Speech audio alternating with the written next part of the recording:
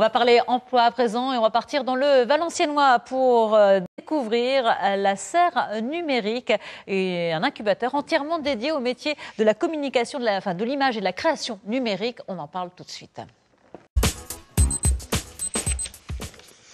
Avec mon invité Maxime Couvreur. Bonjour Maxime. Bonjour. Vous êtes responsable de la filière numérique de Serre Numérique, ce cluster développé par la CCI Grand Hainaut, un cluster de 17 000 m² qui a fait son ouverture il y a quelques jours et qui réunit tout un ensemble de métiers autour de l'image numérique, de la création numérique.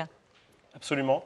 Donc la Serre Numérique, c'est un grand projet, un projet unique par sa dimension, par son concept, et qui vise à rassembler en un même lieu les meilleurs acteurs de cette filière création numérique. Pour nous, c'est la filière du jeu vidéo, de l'animation, du design. Et donc, ces différentes composantes, les composantes de formation avec les écoles du groupe Rubica, Supinfocom, Supinfogame, ISD, qui sont des écoles de notoriété internationale, qui forment les meilleurs experts à Los Angeles, au Japon ou en France, et des laboratoires de recherche. Et également toute une composante entreprise avec de l'incubation, pépinière d'entreprise et hôtel d'entreprise. Alors, cette serre numérique a ouvert il y a quelques jours ses portes pour la rentrée de janvier à de nombreux étudiants. Il y a un concours que vous organisez en parallèle, on va en parler dans quelques instants, mais tout de suite je vous propose de découvrir ce reportage signé Claire Chevalier et Bertrand Théry pour bien comprendre l'importance et le fonctionnement de cette serre numérique. Une rentrée peu ordinaire pour les 800 étudiants des 3 écoles du numérique à Valenciennes. Supinfocom pour l'animation, Supinfogame pour le jeu vidéo et l'ISD pour le design sont désormais sous le même toit, celui de la serre numérique, l'écrin qui leur manquait. Ces 3 écoles vont enfin pouvoir travailler ensemble aussi de façon plus rapprochée, mais c'est aussi un lieu qui est à la hauteur des ambitions de Rubica, qui enfin reflète la renommée internationale de Rubica. On attendait ce moment depuis vraiment longtemps. Avec 17 000 m² exclusivement dédiés à l'image et à la création, la serre numérique, c'est un des grands projets du territoire. Imaginée par la CCI il y a une dizaine d'années, elle prend vie peu à peu. À côté des écoles, les entreprises prennent aussi leur marque.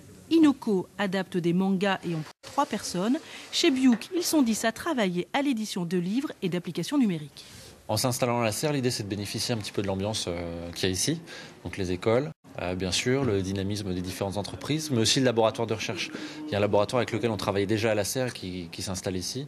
Donc le fait de pouvoir tester nos applications, de voir un peu comment réagissent les joueurs dans un contexte quasi réel, hein, où il y a des canapés, il y a tout comme si on était à la maison. Pour nous, ça permet d'avoir un retour assez intéressant. La serre offre aussi aux créateurs d'entreprises l'incubateur qui manquait encore aux Valenciennois, mais aussi des outils comme un espace immersif de réalité virtuelle ou un amphithéâtre 3D. C'est très important pour le territoire et pour la région tout entière. C'est un signe de transformation, de reconversion.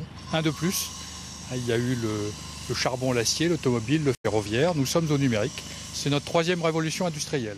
La serre est aussi une première pierre du parc des rives créatives de l'Escaut qui veut faire de Valenciennes le territoire d'excellence de la création numérique. Alors Maxime Couvreur, on le voit avec ce reportage, un outil unique en son genre. Alors parallèlement à l'ouverture qu'il y a eu lieu là, il y a quelques jours, début janvier, un grand concours est lancé par la CCI Grand Hainaut, le concours Creative Startup, pour les projets innovants justement dans ce domaine. Comment fonctionne ce concours? Qui peut y participer?